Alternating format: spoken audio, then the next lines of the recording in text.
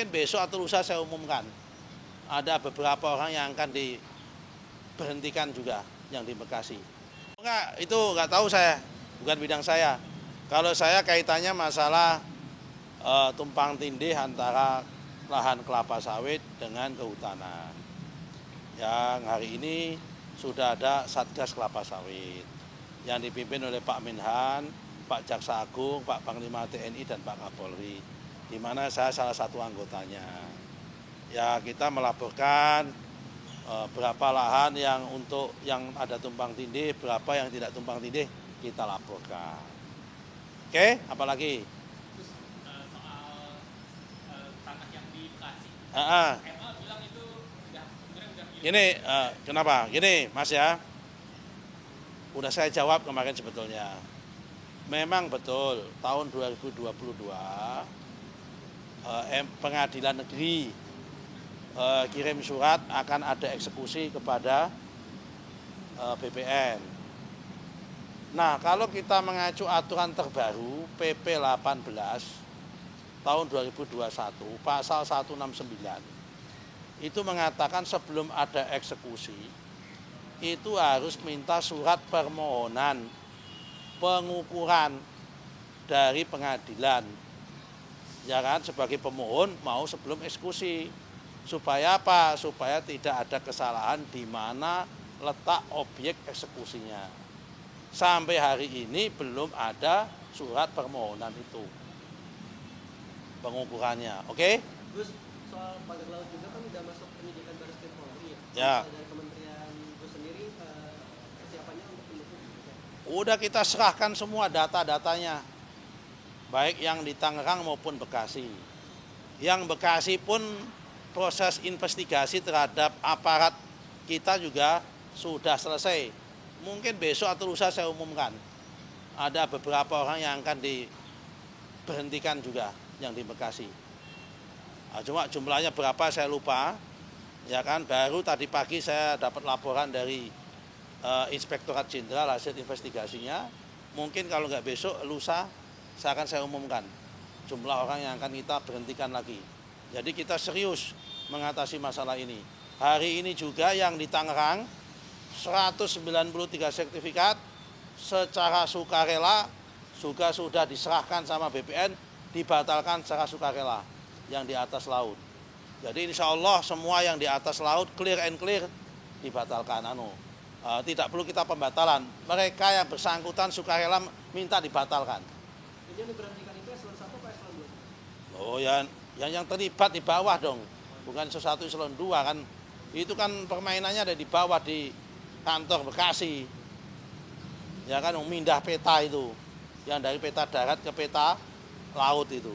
Udah, apalagi? Kementerian apa?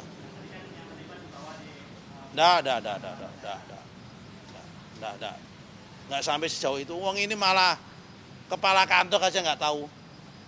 Ini murni permainan nakal oknum orang di bawah. Setelah kita cek gitu. Modusnya itu kan udah kita jelaskan, Mas. Ya. Modusnya ada orang punya sertifikat. Jumlahnya 89 sertifikat. Dimiliki 84 orang. Oke? Jumlahnya 11,6 hektar. Tiba-tiba kan setiap sertifikat ada namanya NIB kan.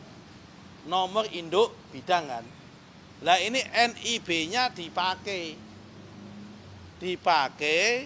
dipindah ke laut. Jumlahnya 79 hektar. Dari 11,6 pindah ke laut yang luasnya 79,6 hektar. Yang semula pemiliknya ada 84 pemilik menjadi 11 pemilik. Yang salah satu di antara pemiliknya itu adalah oknum kepala desa setempat. Ini kita batalkan, kita hapus. Dan pihak-pihak yang terlibat yang memindah peta ini kita usut. Kenapa? Ternyata saya kemarin salah, yang memegang akun itu memang kalau nggak kepala kantor, kepala seksi.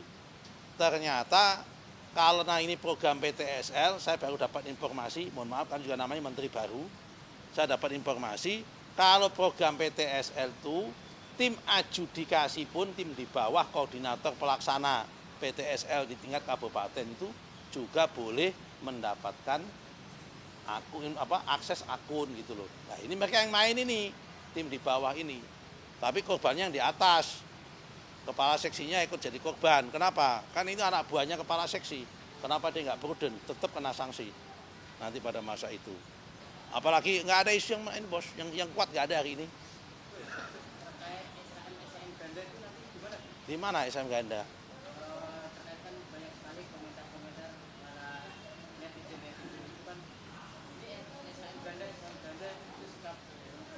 Ya yang di mana? Kan jumlahnya banyak mas. Luaskannya 70 juta hektar. SHM Ganda di mana? Tapi begini ya, tak jelasin ya. Yang SHM Ganda ini memang di Indonesia ini ada sedikit masalah dalam konteks tata administrasi pertanahan di masa lalu. Jadi kalau bapak-bapak itu punya sertifikat tanah, coba cek mbah-mbahmu atau bapakmu dulu, kalau punya sertifikat tanah yang terbit antara 1960 sampai 1987 itu ada sertifikatnya, tidak ada peta bidang tanahnya, peta kadastralnya nggak ada. Ini batasnya jalan apa, ini bentuknya apa nggak ada. Yang ada hanya gambar tanah, alamatnya nggak ada. Nah terus gimana? Mungkin karena waktu itu yang tanahnya masih banyak, orangnya masih dikit. Oh yang itu yang punyaku yang itu loh. Oh yang itu yang punyaku itu loh. Nah dalam perjalanan mereka sudah megang, udah mati, cucu-cucu dan sebagainya. Ternyata tanah yang yang dianggap punya dia itu disertifikatkan orang lain. Kenapa? Karena memang nggak ada bukti bahwa yang dimiliki yang itu. Nah, ini banyak sekali jumlahnya, memang mudah seperti itu. Karena itu kalau ditanya SHM Ganda, Ganda yang di mana? Itu loh mas ya. Kalau ditanya Ganda itu. Karena memang problemnya itu di tahun 60 sampai 87 ini banyak sekali ada sertifikat, tidak ada peta bidang tanahnya. Yang ada hanya gambar tanah, tapi nggak jelas alamatnya di mana. Nah kalau yang 87 ke sini, itu selain ada gambar tanahnya, ada peta bidang tanahnya. Ini kelihatan nggak pernah megang sertifikat ini. Atau belum pernah beli sertifikat kelihatannya ini. Masih ngontrak apalagi itu ya. Oke, apalagi cukup. Jadi hari ini saya diterima Bapak Presiden untuk melaporkan tentang peta perkembangan terkini tumpang tindih lahan sawit dengan kehutanan dan melaporkan solusinya kepada Bapak Presiden dan diskusi sama beliau. Oke, terima kasih. Assalamualaikum warahmatullahi wabarakatuh.